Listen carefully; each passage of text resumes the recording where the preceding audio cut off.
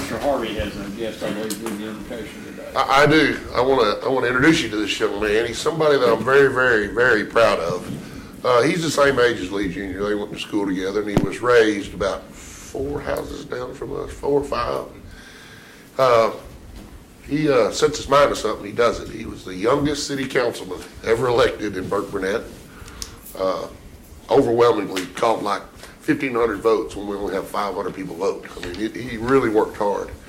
He also was involved in our church ministry with our kids at our church, and he is a great role model for those kids. And we had a great worship this Sunday where Josh and his, is that your Sunday school class?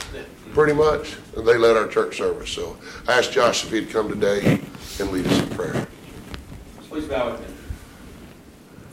Father God, on mornings like today, we pause, Lord, just to thank you for the opportunity together to deliberate, just the freedom to do that, Lord. God, we thank you for rain this weekend, the blessings you continue to provide to our region. And Lord God, this morning we pray for wisdom. Pray for your guidance and your direction in the deliberations of our county officials. Lord, we pray that your will would be done here today. Amen. Amen. Thank you very much. So John, pledge allegiance with. I pledge allegiance to the flag of the United States of America and to the republic for which it stands, one nation, under God, indivisible, with liberty and justice for all. Now the Texas pledge. Honor the Texas flag. I pledge allegiance to thee, Texas, one state, under God, one and indivisible. Thank you. Take seats, please. Thank you, Josh.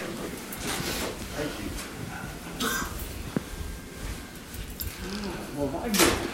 It's Terry Penaluna and Robert. Would you like to come up here with it, or Judge Butler?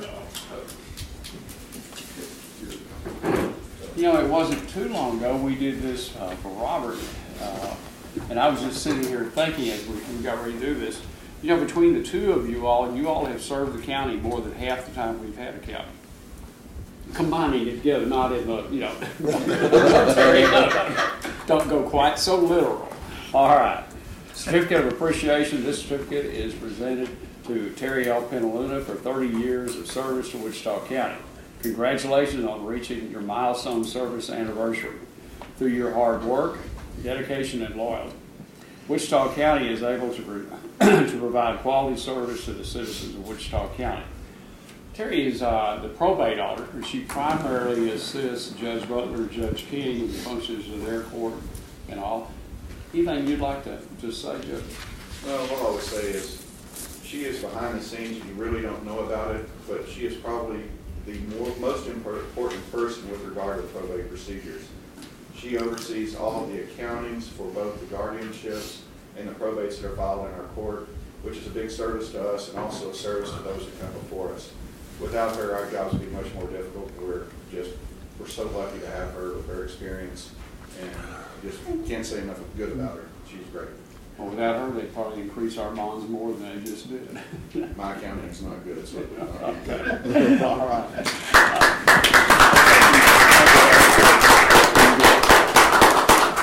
This to go with it, but thank you. He's also, Terry's filling in our office. We did some adjusting people, and in Terry's usual attitude, just can do, I'll do that and take care of it. You never know what she's thinking behind her. Robert hadn't always figured that out. But you see there's something going on sometimes behind those eyes, but there's always that smile. So we do appreciate you very much. What would you like to say? Nothing. Nothing. Okay. Which is a rarity. That is recorded. I thought that would surprise you, that I would have nothing. Yes, ma'am. Terry, tell us, you're related to Buck Moles. How is that? His wife is my aunt, and his cousin is my dad. Okay, so you had a long county affiliation for a long time with a lot of people. Right. Uncle Buck was commissioner for 32 years. Yeah. And Dad was sheriff for 16. Wow. 17, somewhere along. Wow. That's pretty cool. I think I was 3 or 4. I didn't know exactly how that all fit together, but I knew you were related. Yeah. Great. Well, that's cool. Thank you. Thank y'all. Thank you. I appreciate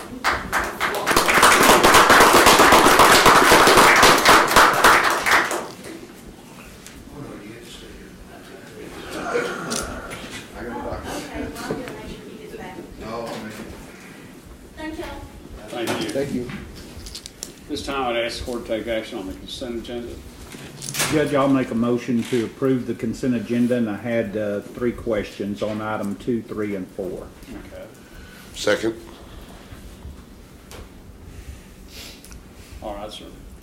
The item 2 and 3 actually together there. Now, is this payment in addition to, and Devin's here, but is this on top of what we've been seeing?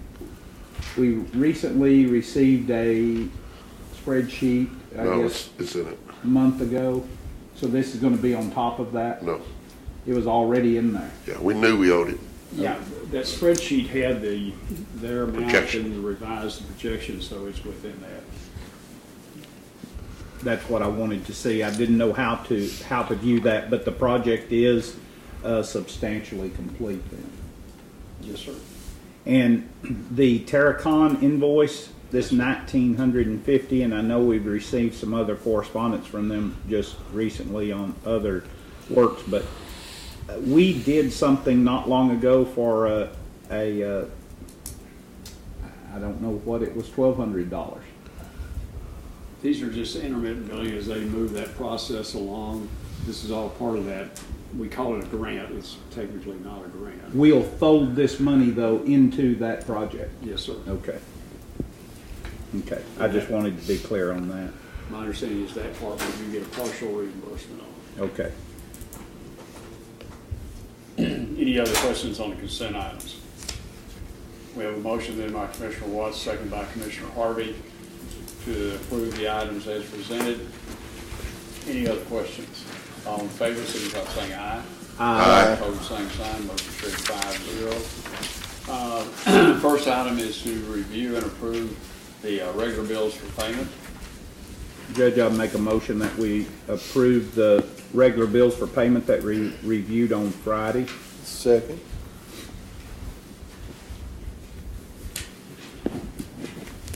Did you, I just thought I meant to say this on the last deal, but he said he'd have us that bid by Friday, and we have that on Friday's agenda for that chiller over in the aluminum. Now, he sent us, but it did not include the chiller, only the work for the chiller.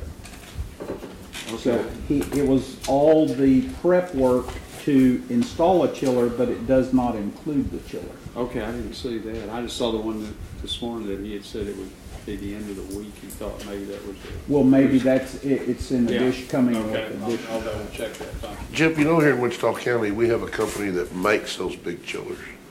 Did you know that? Whaley Products? I didn't even know it. They were, Well, I had a question about this. I mean, on that particular item, we're not approving that $4,800 proposal from Terracon to assist in the installation of this chiller, right? Okay. Not at this time. Not at this time, no. No, and that other didn't have that. We'll have to have that, but what they were gonna do was do the engineering to determine what all do we need. Okay. You know, if we just put the chiller up there and then we got pump clapping problems and other stuff. Okay. But hopefully this all rolls into, will take off of our buy down on that project. Okay. Motion by Commissioner Watts, second by Commissioner Beecham to approve the emergency regular bills. All in favor, signify by saying aye.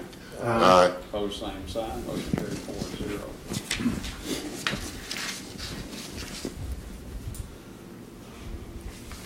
Okay. I've had a request to move item 6 up, and which is to discuss, consider, or take action on proposed parking area for the Vernon Skills and Law Enforcement Centers to include amending the lease with Vernon College. And today we have with us representation from the contractors, and we have Gary from Vernon College here. Dr. Johnson could not be, but he asked Gary David to come, who's the chief financial officer for them. And Glennon's here and Kevin. Glendon, you want to start this off and tell us a little bit about the plan, or do you want to turn it over to Kevin? I didn't know. I'll describe it and then we can go on, Kevin. It's to help move along the jail project as a whole. The first thing that will have to be done is the parking lot that they're existing currently will have to be relocated so that Vernon can continue to use parking, because the parking area will be under the new jail facility. And so that we can move right along when we get ready to go with the jail, that parking lot, we're proposing a parking lot to the north of Vernon College currently, and we have talked to them and got the accurate number of parking places that they need.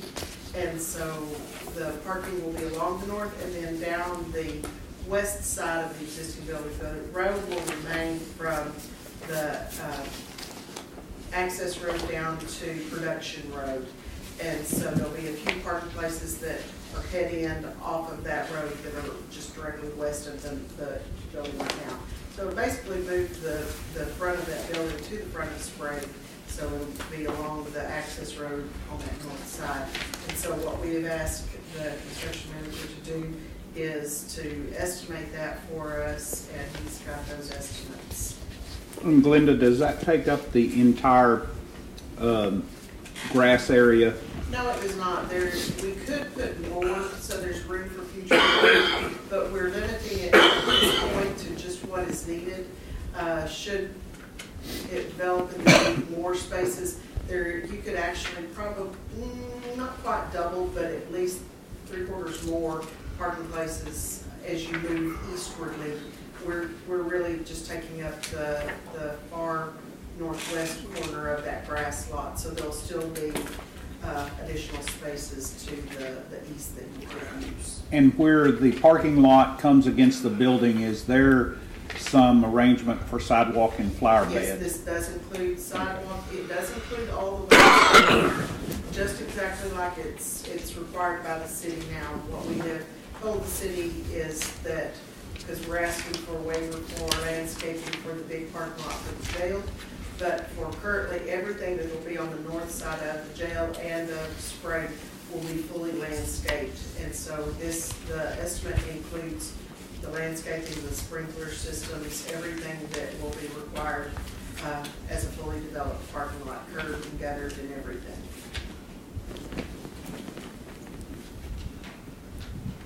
There was, yeah. Okay. Go over the base price and the alternates with us. You want to do that? Let me do that. Yeah. Yeah, thank you. Kind of broke it into 3 areas. One was the fencing, and she had asked to include the budget numbers for the fencing, basically around the rifle range only. We had looked at that as going ahead and extending it around the property, but there comes some really problems, particularly on the south side, and the way the fence in the preliminary site plan comes in, it jogs kind of around inside of the detention pond. So we've created a lot of problems to go ahead and put that fence in and then work on both sides. So what we've got included here is basically a 10-foot fence on the 10-foot high security fence on the south and on the west side, and actually on part of the north side, and then a 6-foot fence to go ahead and finish enclosing the rest of the north and the east side of around the rifle range. And that total came to 85. It also includes a concrete foundation under the high security fence, but just concrete footings under the 6-foot fence. And that total came to $85,040. Parking lot to the north is approximately 51,400 square feet of paving, 5-inch. We figured this is 5-inch concrete paving. There's a lot of assumptions. We have a one-line drawing, so we assume, so much cut, so much fill. 5-inch concrete, number 3 is at 16.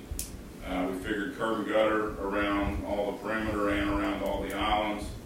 We figured a 4-inch thick, 5-foot wide sidewalk all the way along the south side of this parking lot, which is going to be between the parking lot and the building.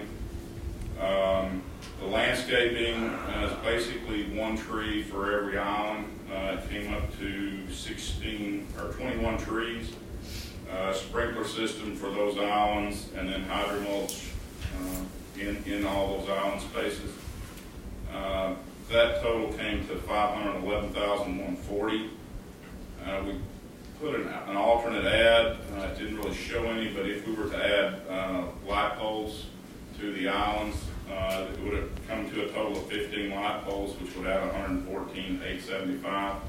And that kind of, you can do a lot of that lighting with wall packs off the side of the building instead of doing pole lights. So it's kind of a, how you want to light the parking lot to get the required illumination.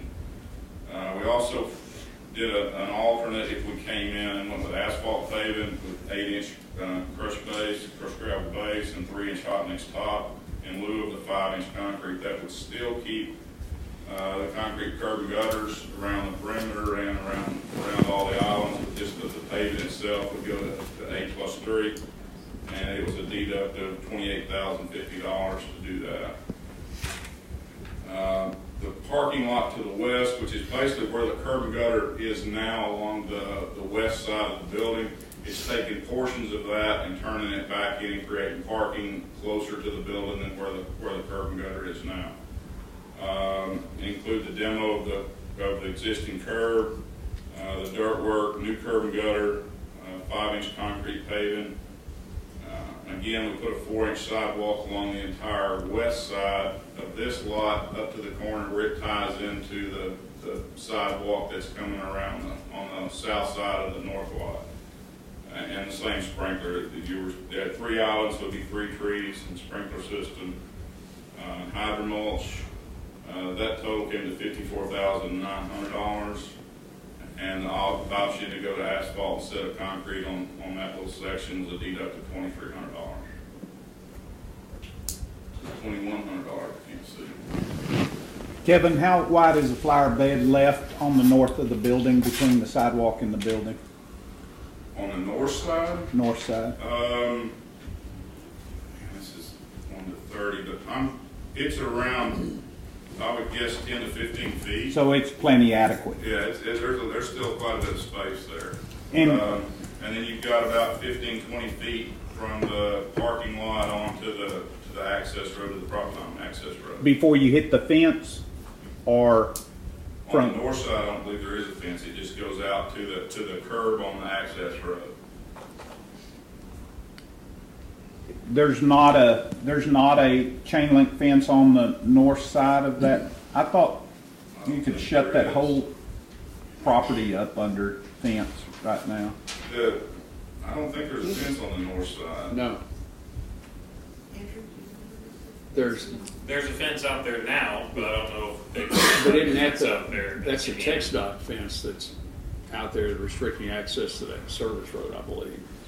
I thought when you came off the access road into Vernon College, there's a gate that stays open there, but fence I think runs there's a both gate to the directions. parking lot, but I think once you go past that, I don't think the fence goes past the parking.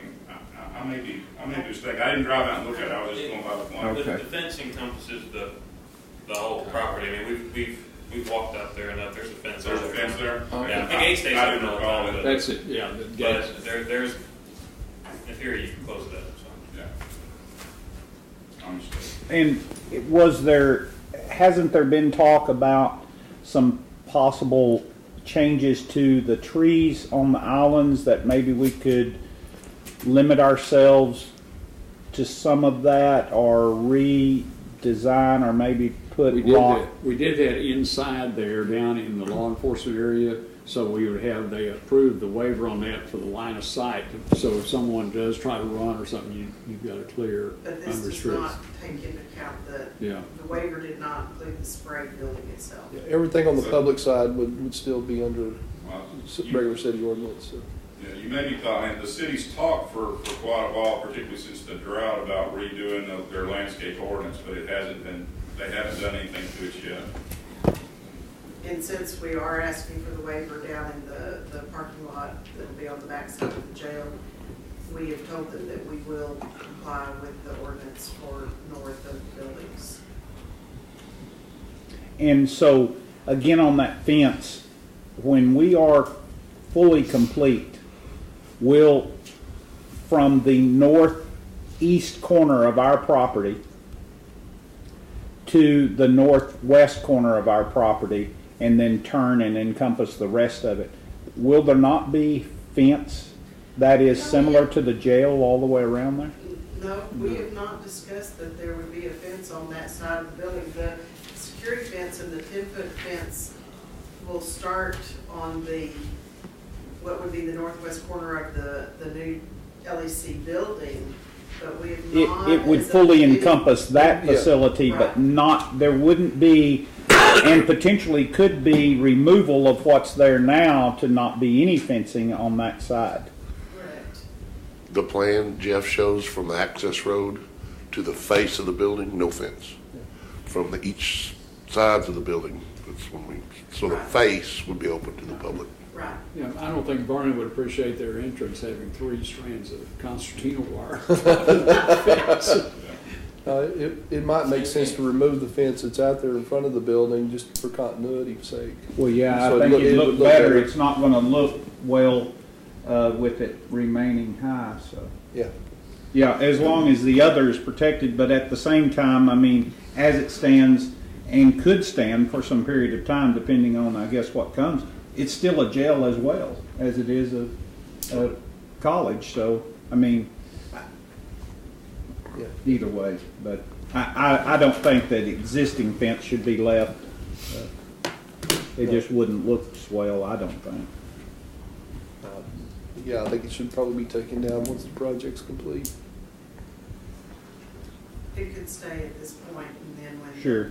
when the new LEC is complete, everything's done. It could be Yeah. Does the parking lot, I guess, drain to the access road bar pit? We've not got the civil engineer to do the full drainage. I know that he was saying that he would have to take that off and do that separately so that does not drain to the retention pond. And so that is my belief, is that he is going to drain it to the access road drainage ditch. Okay. But we've not, until we get the final approval to move forward with it, we have not made a project out of it and And started that work. And as these plans stand today, how many additional parking lots will cars can park in this facility then? This will be a total of 150 parking places. For Vernon. Yes. Plus, we'll have the additional parking lot for the LEC up front, which is how many spaces, Right. 120 or? The count keeps moving around a little bit. It's in excess of 100. I can't tell you if it's 120, 115. It moves around. Right. It depends on how the layout's working today. Now, also in this is that north-south parking along the west side of the current Sprague building where Vernon, that would have the handicap parking in it, and that's the $54,900. Correct. Okay. We're adding places up. There's a few existing right there already, but we're adding it above and below the ones that are already there. But that'll be completely redone. Yes. You're not going to have a mixture of services. It's, Yeah, but there are some there currently. yeah. Okay. And so Vernon's proposal as to their participation here. Well, I talked to Dr. Johnson the other day, and part of what we've got to have, their proposal is we ought to pay for it all. But I told him that wasn't where I was coming from. And what he and I did discuss, and he didn't say, oh yeah, but he said that is more reasonable solution. We have a lease with them right now, and that is paying back their share of the roof. What I suggested was we would tack this on and pay out their share of the parking when they finish that, which is 5 years, Gary, you recall? Okay, then it would commence on that. Now, if something happened, they got a better deal and decide to leave, then we would have the bag. But I don't see that happening, and I did talk to him, he'd had a proposal to us about them buying the building and trying to subdivide that. And I said, I don't see that as workable. And he said, I've thought about it since then, and I don't see how we'd do that either. So that would be the idea to do that. And Gary, is that something that your current fees and structure, I guess y'all built that payment into what you're doing for this 5-year period of time, and it basically took, from what I remember, took your lease from what was relatively $1 a square foot to $3 a square foot to $2. Okay.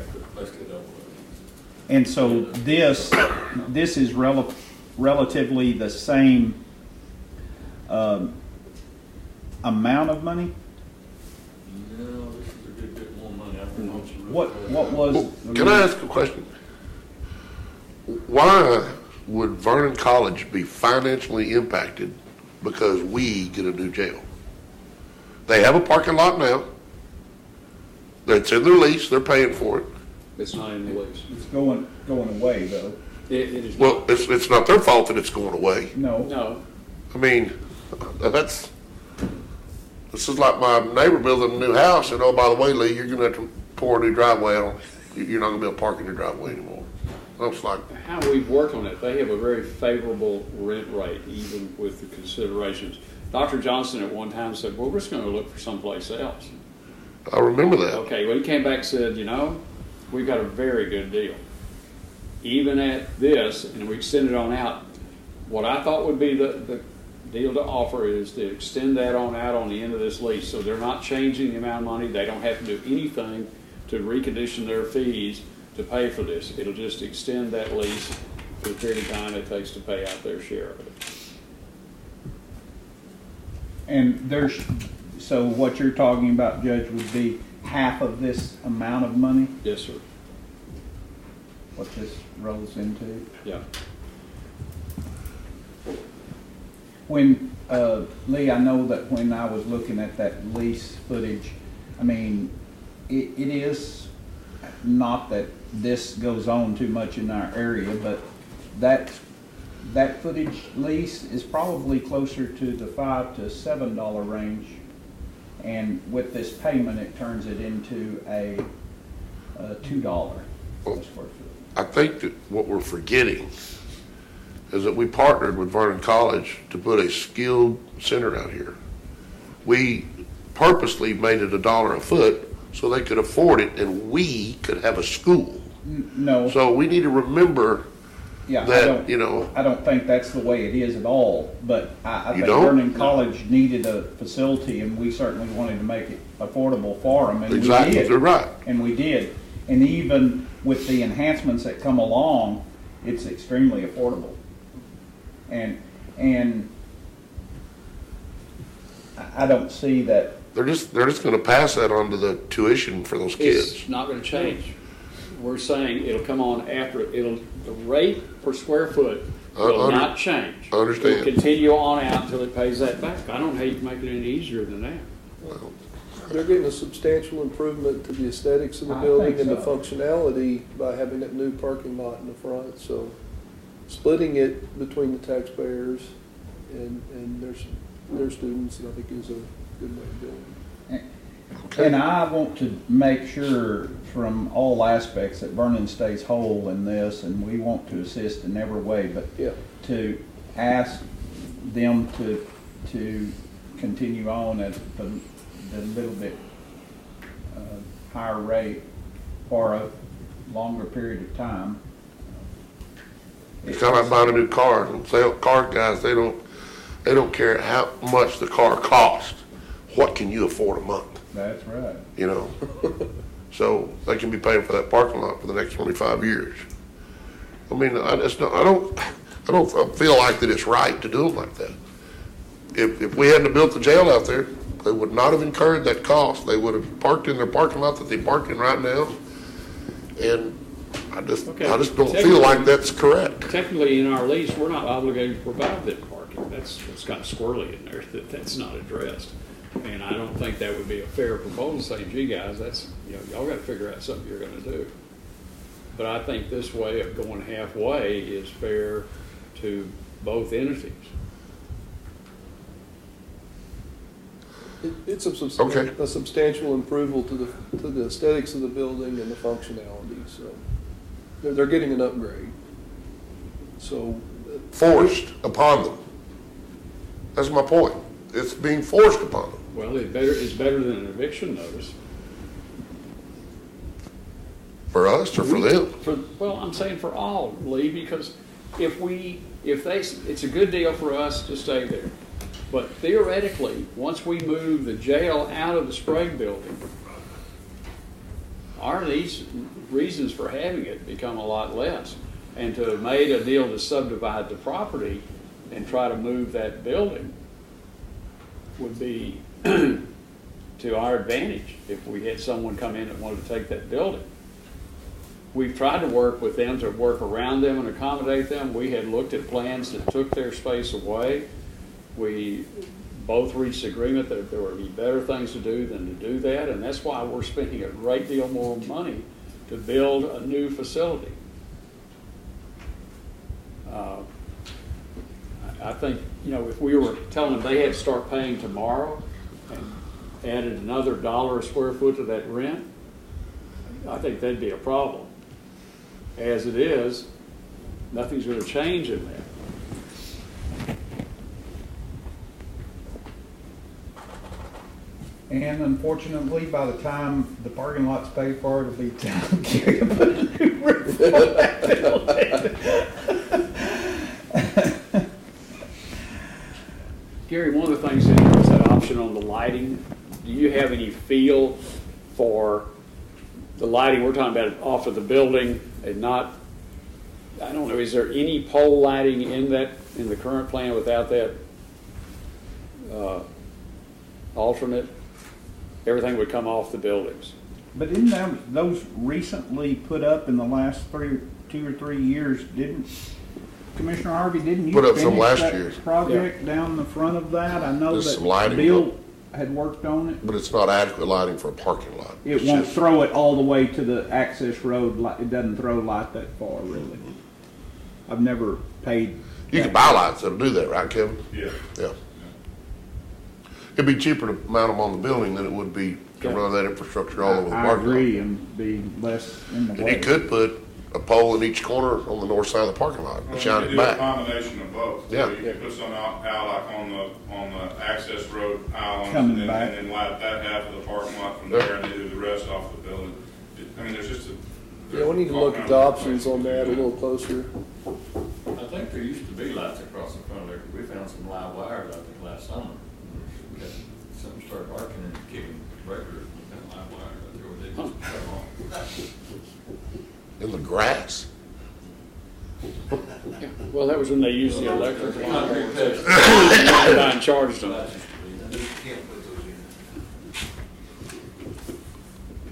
Okay.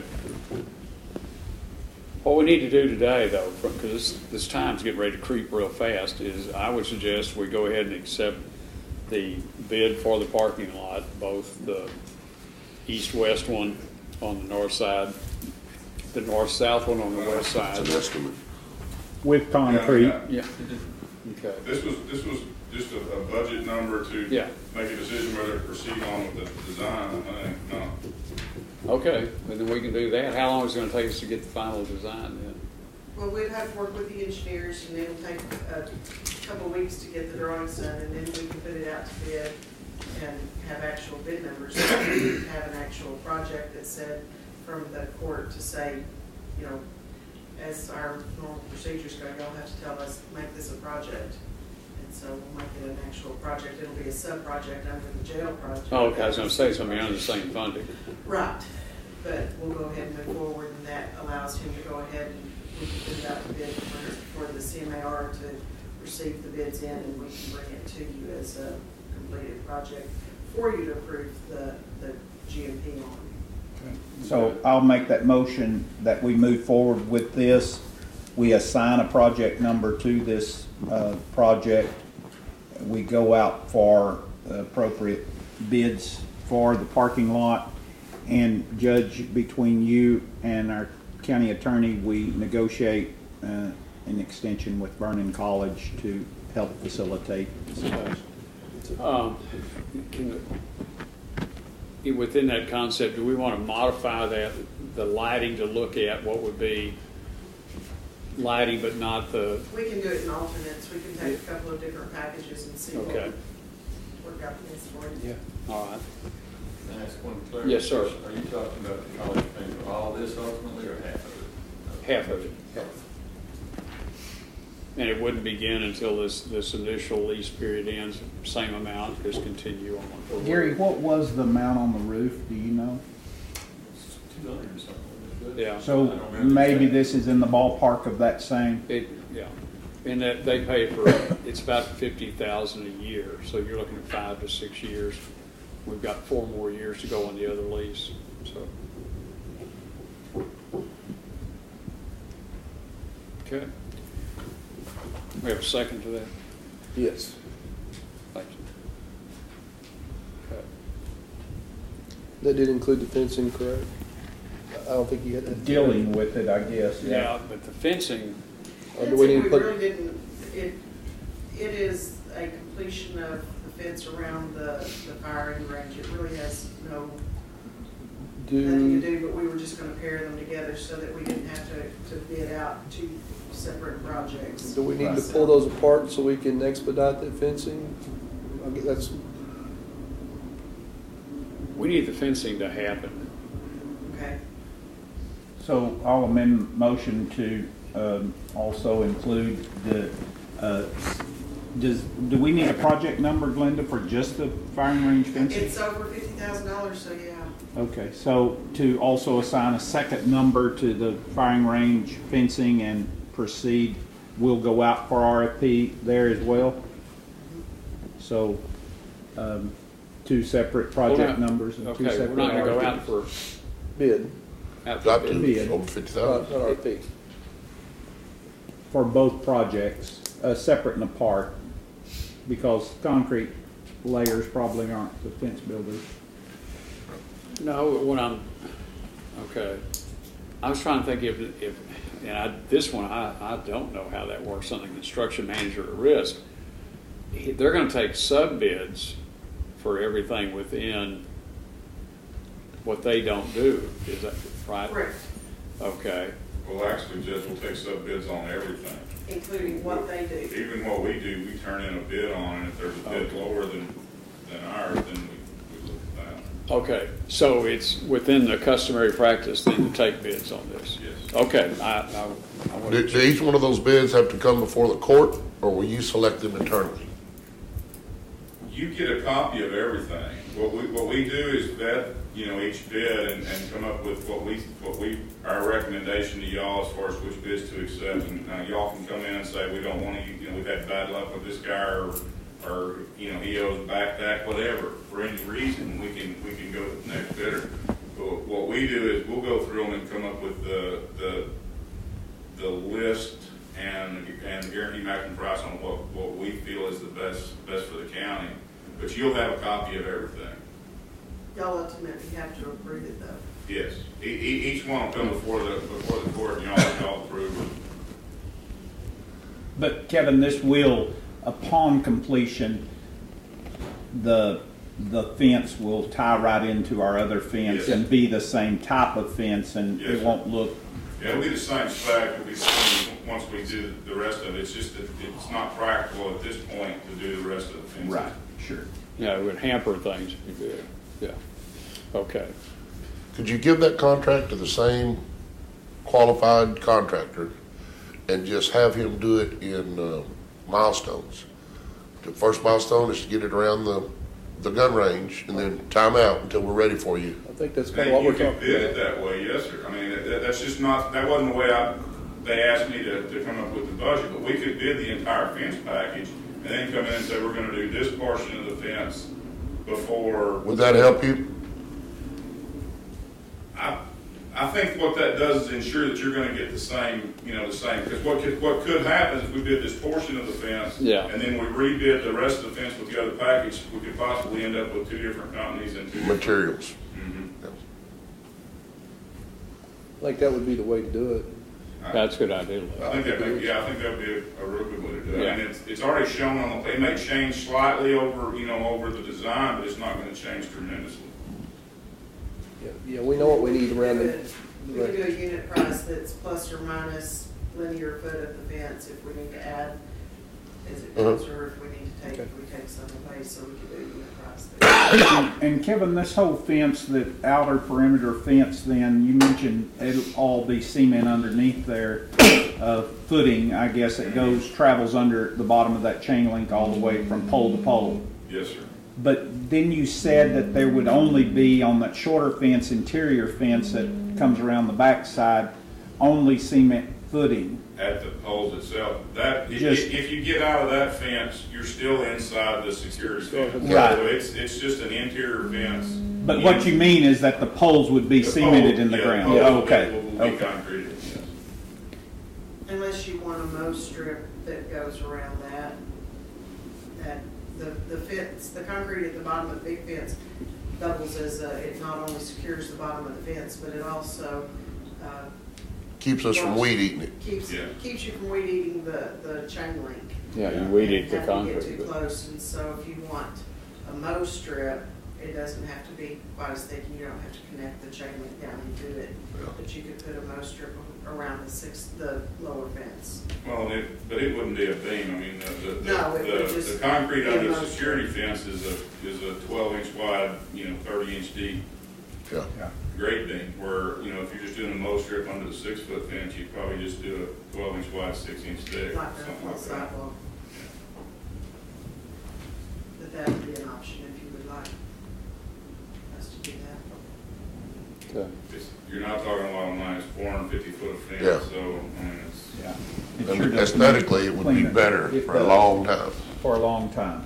Does that chain link actually go into that concrete footing, or is it then pinned to it? We've done it both ways. Most of the time, the higher secure fence, it actually goes down into it. So if you ever have to replace a portion of it, you have to cut it. We've done it both ways. I like it, I mean, to me, that if it's poured into concrete, it's not, at some point, it's not when, it's when it's gonna rust out. Right. You're gonna have a mess to replace, where if you attach it to the concrete, then you've got ways to Yeah, replace it in a future date. that's why I asked that, because I see the other problem coming. Yeah. Okay. All right. So then in the motion, we're going to establish two project numbers, one for the fencing and move on it, but we're going to take in all the fencing and then stage the building of it. And then the other one would be to proceed with two parking lots and the alternate on the discussion on the lighting systems. Okay. All right. Any other questions or comments on that? All in favor, signify by saying aye. Uh-huh. Opposed, same sign.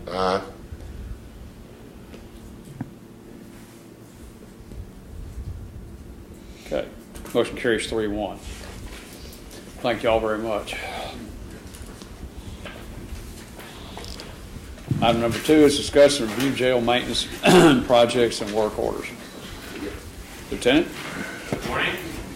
You guys have any questions about the report from last week? I'd like to get the old report, What are you talking about? the one that actually had the work orders on there that told what they were, whether there was a roof leak or the door was broke or the glass was broke. I mean, I can't tell anything from this, I mean, other than Are the you good talking about seven. when I would put when I say there's 0 overdue work orders, that means there's nothing to put on. Oh, there's nothing on the sheet no more? No. That's why I put in there 0. Yeah. Yeah, New game. new game. The lack of information is because there's not much to give. Otherwise, you would, Okay, I see what you're saying now. you would just get, You know, that list doesn't exist anymore. it would be blank, yes. Okay, okay. So, Can't beat that with a stick, Judge. No, he's just- God, Lord. Do you know what the status is on the phones and the visitation at the annex? I would have to check my emails, but off the top of my head, I do not have. Last we discussed. We more- submitted yeah. work orders, and that was weeks ago, so. Yeah, that 50% should of the be phones taken were care out of. at that time, so, Yeah, so that should be taken care of by okay. now. Yeah, let me know. Thank you.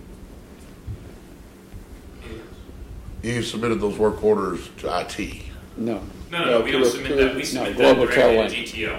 Okay. Yeah, we send a help desk ticket directly to them. We get a response, and then they send text out Okay.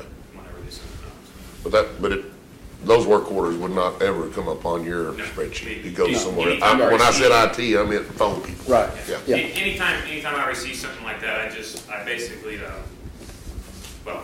Go get it fixed. I don't need that. I give it to people that need to know that. Yeah. So, anytime I receive a work order dealing with phones, I just forward that to the support GTO email.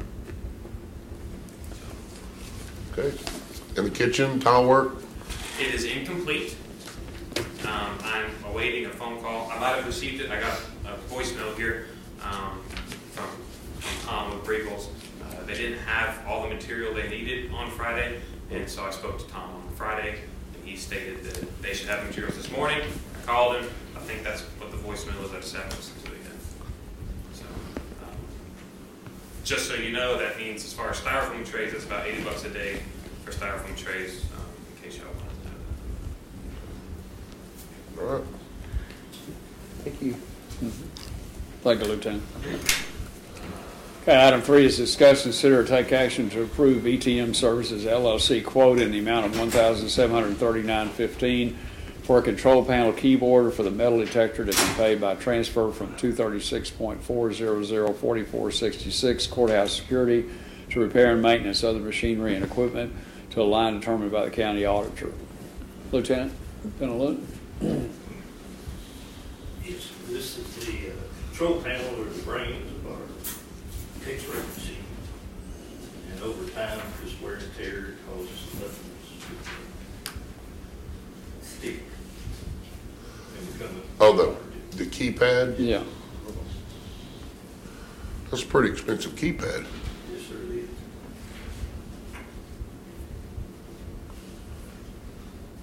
You don't want 2 of them.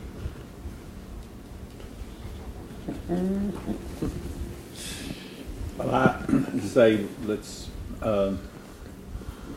move on. Yeah. I'll make the motion that we accept Second. Robert's quote. Second by Commissioner Watts. Okay, motion by Commissioner Watts, second by Commissioner Harvey to approve the item as requested. Any other comments?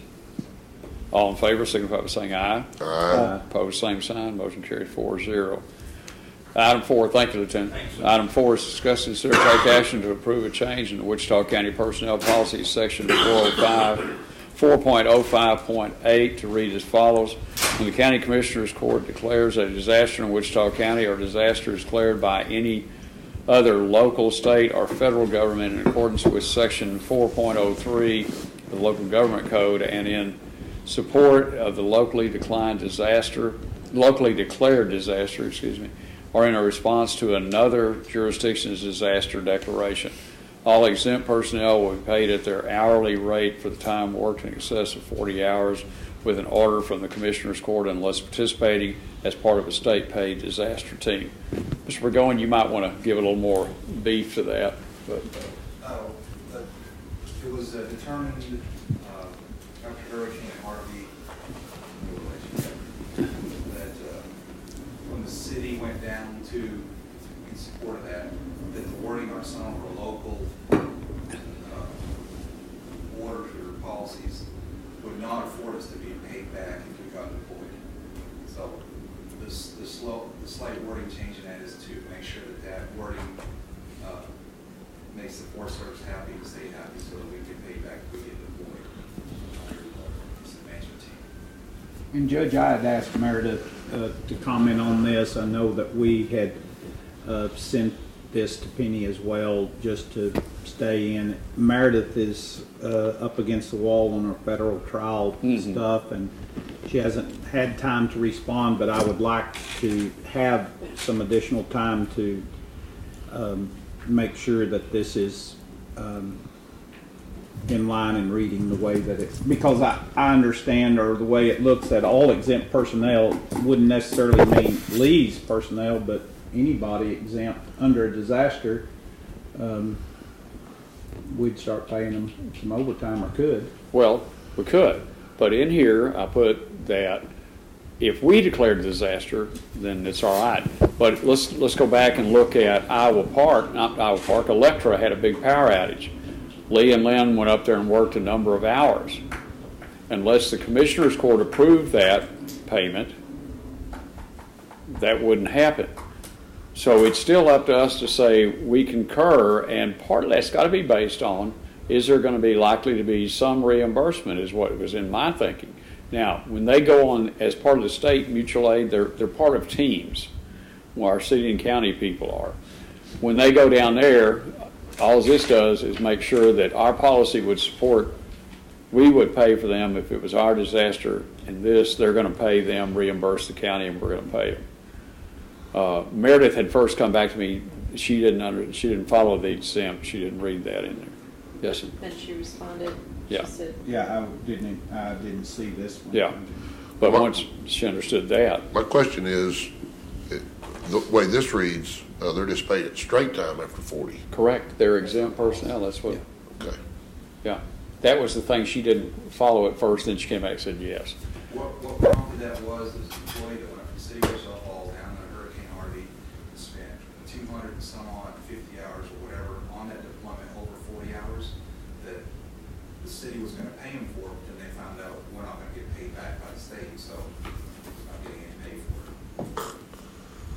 So that's what spawned this, was to come up with a local policy that the Forest Service and state would accept to pay us back on our time when we go. And that wouldn't require Commissioners Court approval, but if it's a disaster that we go, and it's going to affect some of the sheriff's department, it could affect our road crews, and the emergency management office, I think would be. We already pay overtime on your hourly people.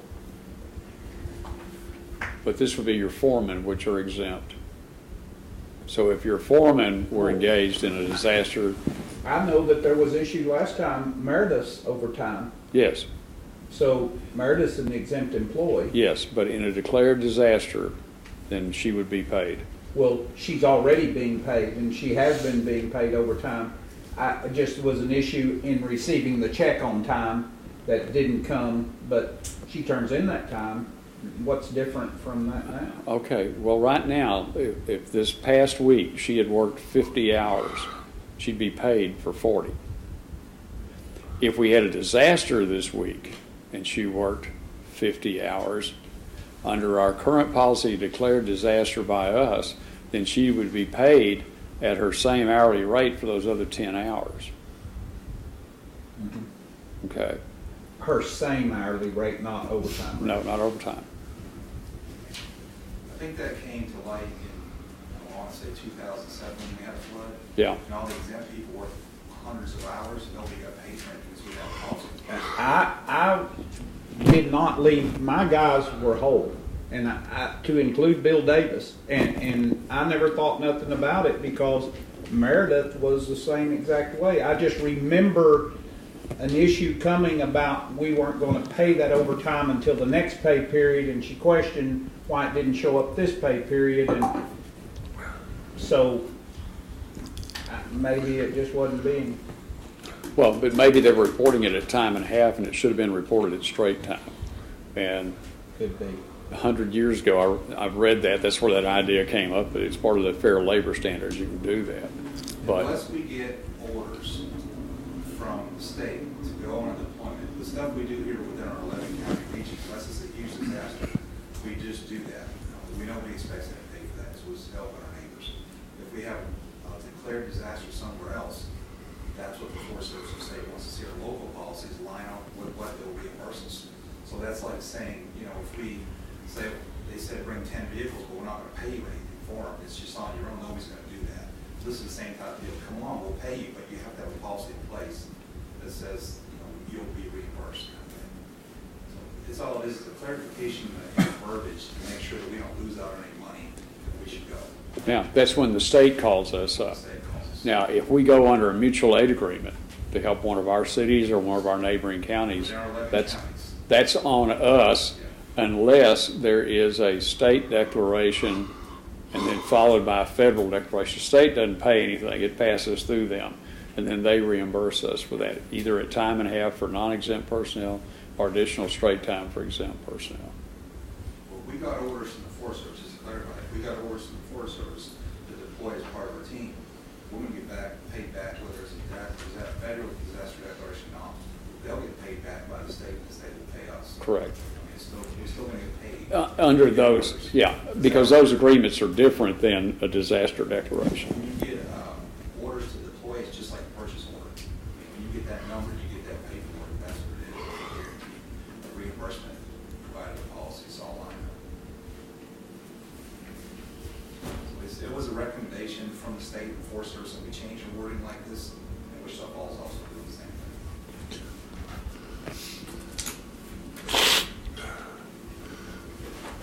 Judge, Yes, sir. I'll make that motion. Thank you. I'll second that motion, and then I wanted to add an additional comment. All right, sir. This has changed the personnel policy, first one I'm aware of that we've taken exception to once we adopted the policy. Who is going to bring the book to us updated to reflect this change? In the book, Question. I spent the whole weekend. I went through it from one end to the other, checking the revisions we had talked about. I want to meet with Ted. There's a couple of the areas I'm not familiar with that he should be familiar with. And the goal is to get that completely brought back, run it by everybody again, and get one. But I already actually cut and pasted this into that to have it flow if you all approved it today. But yeah, the goal is on that. But quite frankly, with what we were doing on budget and other things, that it didn't make. But this weekend I went completely through. I got two other plans to look at and see if they could have something else. One is that lady, we listened to her class, and I've got her stuff, but her deal's not about that thick. Kind of threw me. It must be very succinct. But so your comment is you will be that person? Looked like it to me. So, okay. I just wanted to make sure I knew who was on the hook for that because. Well, that's why, because the committee worked on it and then they handed it to us and then we kind of went through it and then other things took over, and so it was on my list to do that, and I'll be glad to copy off what I did and give it to you all, but I wanted to kind of get with Ted hopefully this week or next, go through those other sections. I'm just not sure, and doing it with Ted a week is long enough. Are we gonna finish the review on it as we had begun? Yeah, Okay. yeah. Is it Yeah. posted on our website? No, the old one is, but when we passed that, no one could say this is what we did, and so what I tried to do was take my notes that I kept and get those together, and then we'll. But now Nancy gave all the changes to Penny, so I mean we have a completed Do we? book Okay. as that Well, I'd like was to. done. Okay, I don't think I Did have she that. ever send us the completed one when we just asked her? Recently, Nancy asked me to get Penny to send us the completed Okay. version, and I just didn't. I sent the email, but I didn't see if she had responded to us or. Okay, so Not the completed version, the amended version when we're a third of the way through. the one we adopted. Yeah, Yeah. yeah. But we were still in the process of reviewing the entirety of the policy. Mhm.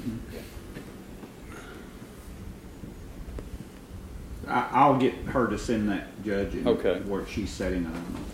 Okay. Yeah, I'd like to look at that and be sure, maybe somewhat I've done, because part of what I did, we had talked about, so that may have gotten incorporated already. Okay. But I went through everything else. The one I have my notes from when we passed it is to try to figure out what the abbreviated travel policy is that will work. I knew I was going to say travel policy. Yeah, I thought you'd appreciate that, Oh, Commissioner. my word. Okay, any other comments on that? We have a motion by Commissioner Harvey, a second by Commissioner Watts. Any other comment? All in favor signify by saying aye. Aye. Opposed, same sign. Motion carries 4-0. Thank you, Lee.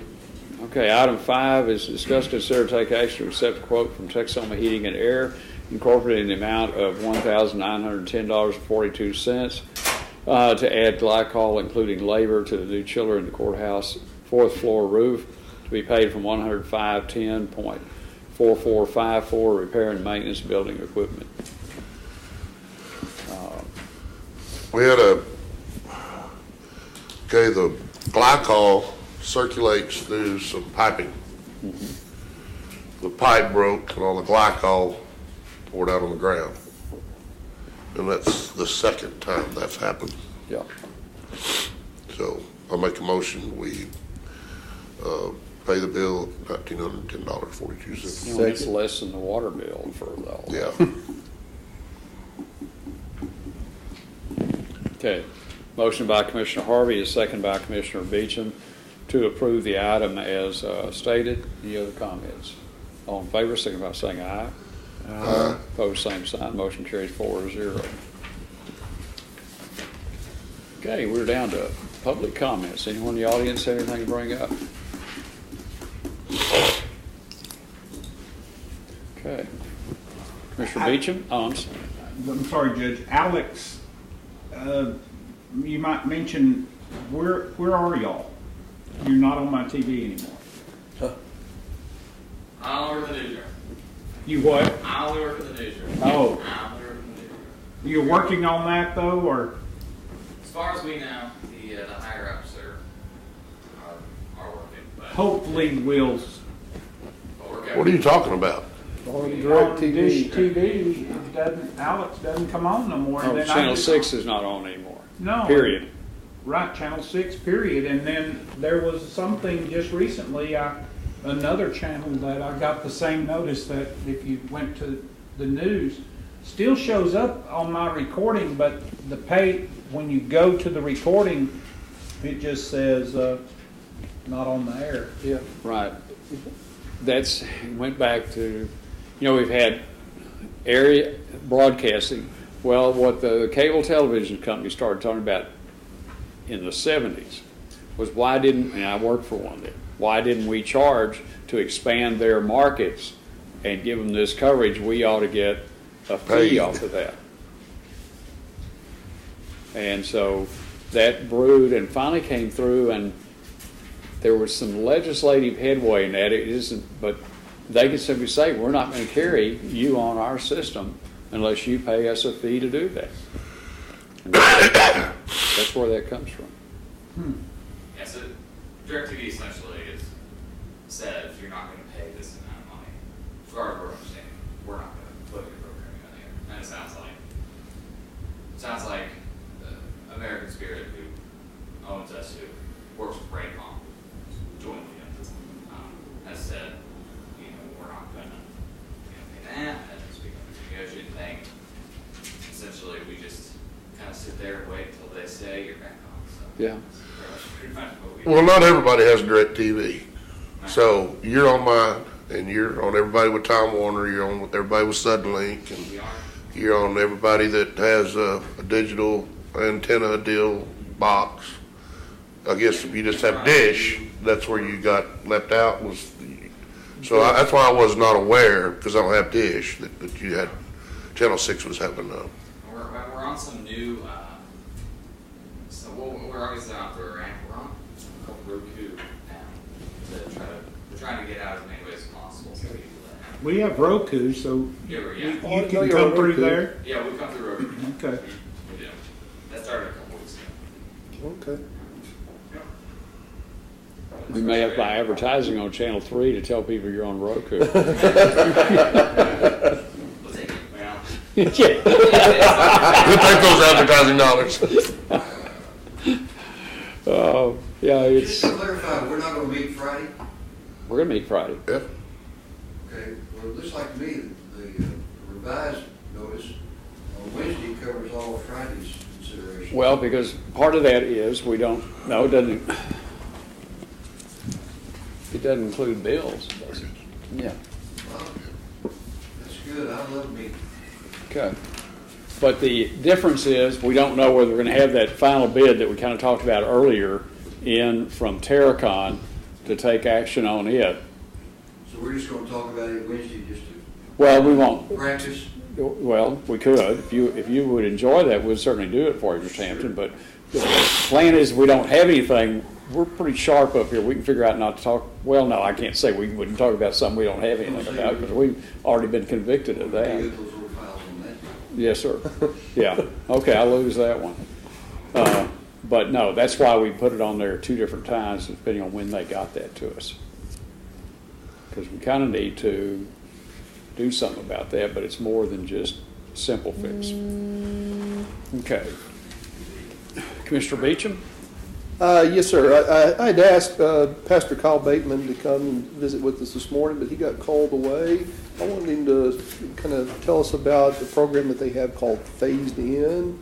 It's a program where foster children that age out of the system, that have no place to go, they provide them shelter and more or less a family atmosphere, a place to be, a place to get started up in the world. I'm going to ask him to come yet again at another time of his convenience, but it's just an amazing program that I've got to see 2 presentations on in the last 2 weeks. And it just proves the best of the community. I mean, they're really stepping out and providing an amazing service to our community in doing that. You know, that's the kind of thing, when you talk about it, I immediately think, okay, funding is a problem there. Right. And we have limited amount of funds that we put into Patsy's House and CASA under the Family Preservation Fund, which is generated by some state fees. Quite frankly, I can't say all of those problems come from marriage, because a lot of them come without marriage, because they just came out of sex. But, you know, if we had maybe a fee on marriage licenses, and when Representative Frank was talking about charging an extra $100 for a marriage license for somebody from Oklahoma, and but if one was from Texas and one from Oklahoma, then they had to pay $50. Boy, to me, that would be a great fee to go into that fund to help with things like Those this, things, yeah. with those other programs. Because the problem exists, and right now, you know, it's kind of like the other thing you brought up, that deal to start figuring out what can we do for transition of people coming out of jail, not to just be thrown out on the street. Right. Did you read Donnell's article this weekend in the? No, I did not. She's talking about what happens to women coming out of jail. They have nowhere to go. They head over to one of our local streets, and as she said, they strike a provocative pose. Well,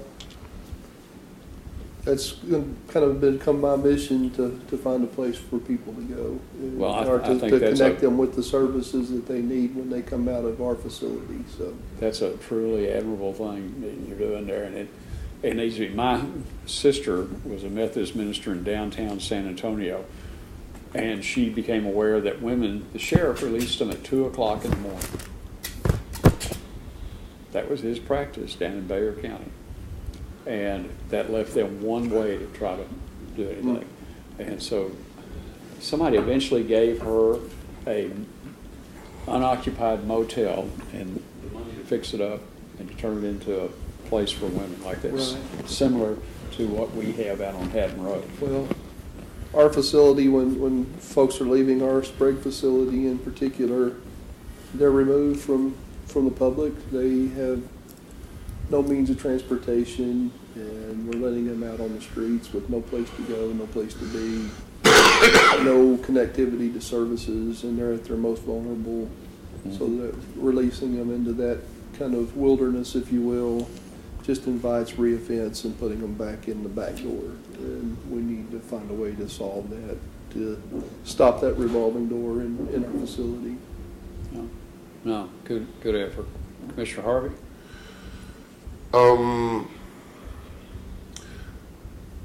Did I already talk to y'all about J.R. Gahagan?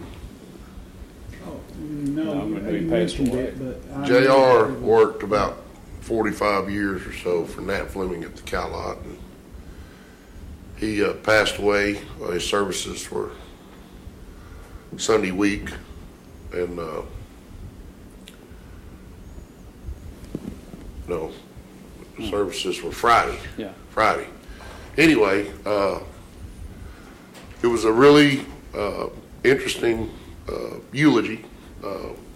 Did not realize that JR had creased hats for 4 presidents, and it's things like that. It was really a walk through Wichita County or Wichita Falls history with JR and Nat, and on Saturday they had the radio show that was the band, the music they played from the cow lot, and Yeah.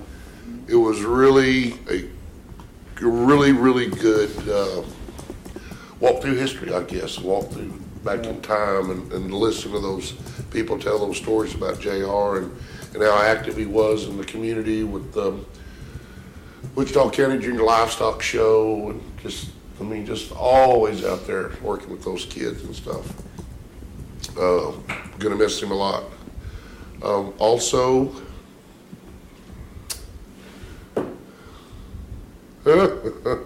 Will and Nikki Riley. They are a young couple that from Burke there that very active in our community, and do a lot with the girls softball, and he's coach. But anyway, Nikki's mom, which lived with us, Carolyn Hall, passed away, and we had our services on Wednesday. The Redneck Culinary Academy will be providing a meal tomorrow at noon for Patsy's House. Patsy's House once a year has training, and investigators and police officer, deputy type people come from all over, I believe, 11 counties. Is that right, Judge? Yes, sir. Is it 11?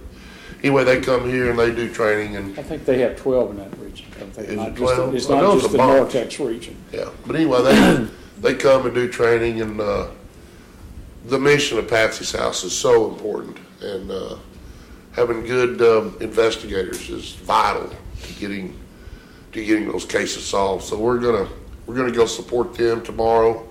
The Redneck Culinary, we're gonna do a fish fry for them. And then Saturday, the Redneck Culinary Academy is gonna have to divide and conquer. We have 3 cooks on one day, October the 28th. One is for a fundraiser for a gentleman by the name of Dennis Griffin. He worked for the county as a cowboy, helped us round up loose livestock on the road and stuff. Anyway, he was involved in a major car accident, and he probably will never walk again. And they're in Dean, Ken Adams is the person who owns the arena, but they're doing a rope in or something, it's an all-day deal from 11 to 7 on Saturday at Dean. It's right beside the water tower. Lee, I think Ashley was helping on that. She had said if she was in town, she would come out and work with us a little bit. Ashley Cully? No, our Ashley here. Oh, Ashley. Good. 11 to 7. Be there at 10. Good food. Be there at 10. Do I get to eat? You Of bet. course, all you can eat. Fish. Fish, fries, hush puppies. Okay, and then Dennis Griffin, and then we've got the Boy Scouts from North Texas clay shoot. We're going to serve at 11, and that will be held at Ty Thacker's house out in Scotland. It's a fundraiser for the Boy Scouts.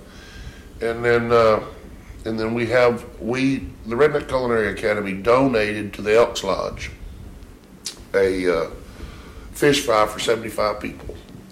And they did it in their auction that they do for the Cook's Children's Hospital.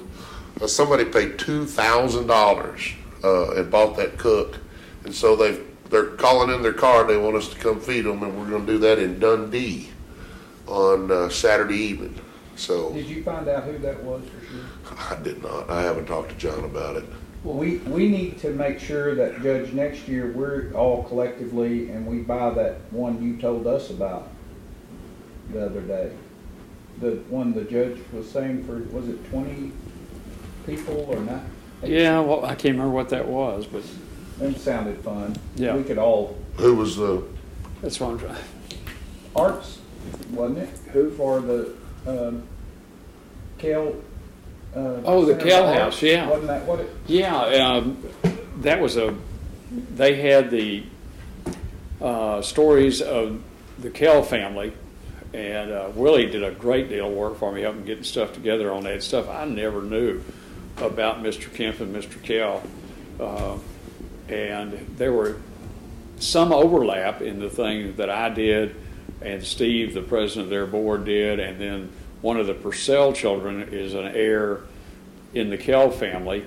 He spoke on it, and it was really, but the deal they had was outside, and they auctioned off 3 things. One was a dinner for 12 sitting at the Kell family dining table. And it went for $1,900. Oh. So. That better be all you can eat smorgasbord there. Who prepares that? Did they say the group? Or? They didn't say it was a group. It's evidently some of the ladies there, and then they had a pie deal. I may have got the 2 stories crossed, whether the pies were made, but it's a pie a month, but you get 13 pies. And Baker's does. Yeah. And so altogether, that auction deal brought them close to $3,000 for the renovations to the Kell House, which is not a big chunk in $2 million. Yeah. But trying to preserve that house, and so, but they had it out on the grounds there. They put some string lighting through it. The weather was just incredibly good. We've been fortunate to have some really mild days. Yeah, yeah. The breeze picked up, so mosquitoes were blown away, which was good. Lee, what time tomorrow is the? We serve at noon, so we get over there by when? 10:30. I'm gonna have nearly everything done. It's only 60 people this time, so you don't need your big trailer. And, 4 or 5 of us cannot. You don't want it. You don't need it. That's at Patsy's house. Patsy's house underneath the awning on the side. Okay, you told us you had 3, but I have 4 things listed for Saturday. Well, Dennis the Boy Griffin. Scout was an extra deal, wasn't it? No, you got the Dennis Griffin deal, the Boy Scout deal, and the deal in Dundee. And the Elks thing, when's it? The Elks thing was the deal in Dundee. That's we the gave Ken away, Adams deal? No, Ken Adams is in Dean. Okay. The Ken Adams deal is in Dean. He is the guy that built the arena. Yeah. That's right next to the water tower in Dean, and that's for the Dennis Griffin. It's for those 2 go together. The Ken Adams is putting on the roping or whatever, pinning. They're doing all kinds of things that day, all day long. There's 250 people have already signed up for it. Okay. So it's going to be a good deal. And then the Boy Scout deal is at Ty Thacker's. And then the Elks Lodge deal that we gave away, they're calling in their card, and that we have to go to Dundee and cook that. Well, at least the fish will be Now, the real last close. time I was at Ty Thacker's deal, it was wall-to-wall people over that shooting. So it was a big crowd. Yeah. That is serve at 11. But you'll be serving at 11 in Dean. Yeah. And we're going to get Mike Humpert, Steve Humpert, to help us with the one in Scotland.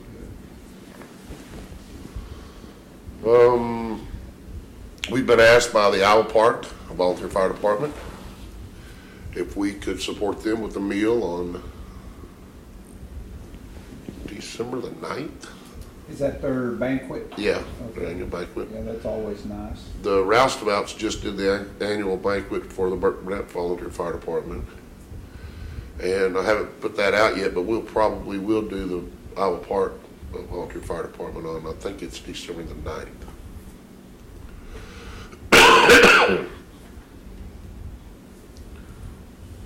November the 4th, which is that's 2 weeks away, isn't it? Yeah, not very far. The Rotary Club in Burke Burnett is doing a celebrity something.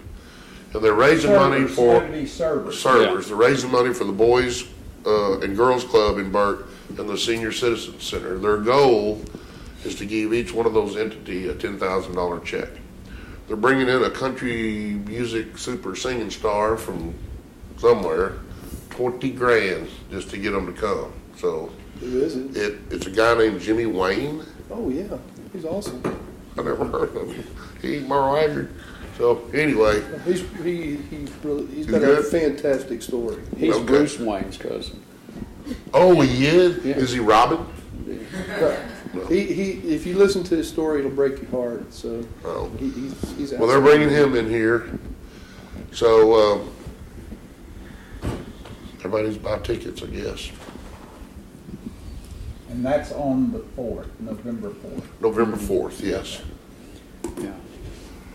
I saw your T-shirt, and Joyce and Nancy, your celebrity waiter shirt. Joyce and Nancy both got inside of it. That's why it stunk. They didn't stretch it any. I know, it fits over my kind of like a little awning. It's a big, isn't it? Yeah. But it'll look good on you. Looks like a dress, it's too long. Yeah, Jimmy Wayne's story goes back to what I was talking about earlier with foster care and aging out and all of that. So Oh, he's got another mate. cool. Server. That's Whoever works on your that's about all I have. Okay. Commissioner Watts? A couple of things, Judge, I wanted to make sure on, did we get resolved on Tommy's postage issue? Is that, where is that at? Well, the issue is Is it on Wednesday's agenda? It is. it's on Wednesday's Oh, okay, agenda. okay, I just didn't know when we were. But the question came up, and I know the answer is whether we can pay for something in advance. Oh, hadn't we always done it that way? Never. No, this is the first time he's ever done this way, which is a great idea. But Is he just setting on the postage when he's ready to go out Well, with those? he runs it through his meters. And we had a request Monday for, last week for $40,000 additional postage money. On Bob's meter, right? Well, but usually that's drawn down on either of the two meters, so, I'm not sure, it won't go bad. But, that may have been, because I saw it, that's what I thought it was for, was to include that, but Tommy's done that different this time. But the issue is, and I think Deb asked Meredith to determine, can we pay that in advance? And I got a very long and detailed email from him that didn't answer whether there was a contract or not. He said under his contractual responsibilities as a tax assessor, he'd entered into an agreement. Well, The agreement's with Purdue Brandon Fielder. well, that's different stuff. Purdue Brandon Fielder is paying for all of the stuff to do with the preparation of it. What they don't pay for is the postage. Right. And so what we'll need to do, unless we absolutely can't do it, is enter into that agreement, because that's a lot for that size business to put up front. But remember the way we did it on our our answers that we sent out, our information flyer.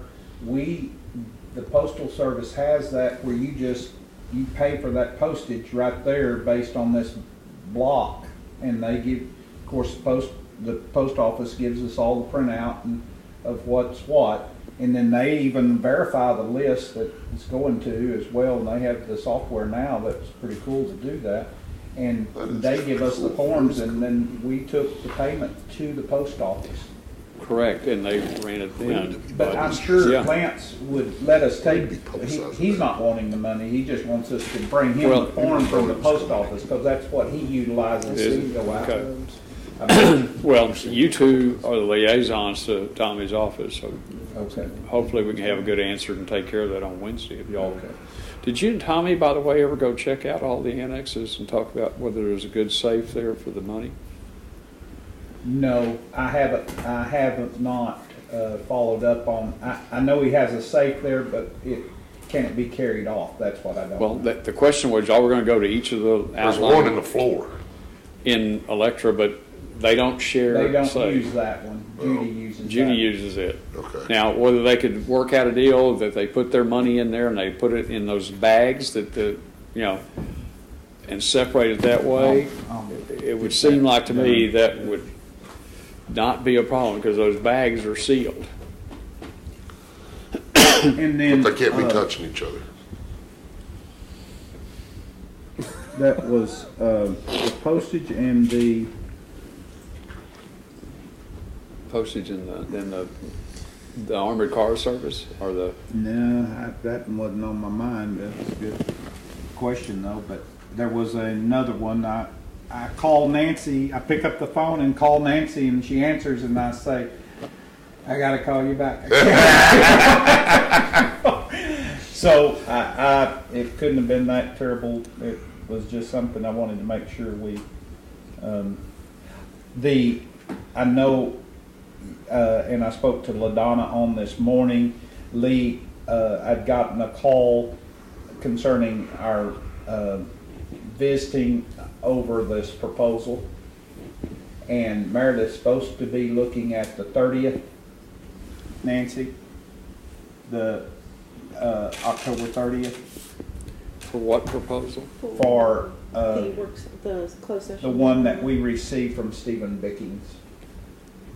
Okay. They're wanting to come share their proposal with us. Okay, her feeling to me was that didn't meet closed session requirements.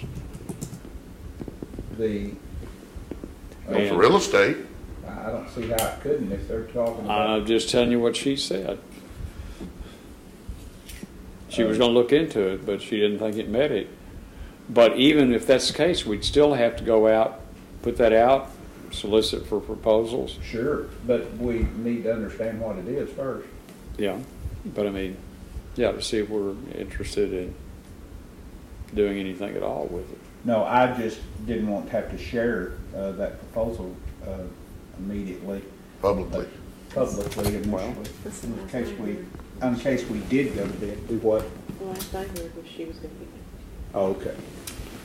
So anyway, that's the 30th after the 1:30 Monday. Okay. If it comes together, and I left LaDonna item. Oh, I know what the other was. All right. The update on, we met with young Bobby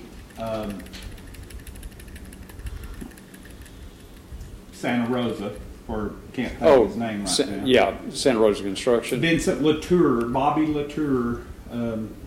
We met with him in conjunction with Matt and Glenda and Maureen, Meredith. LaDonna was here, and started cutting the list.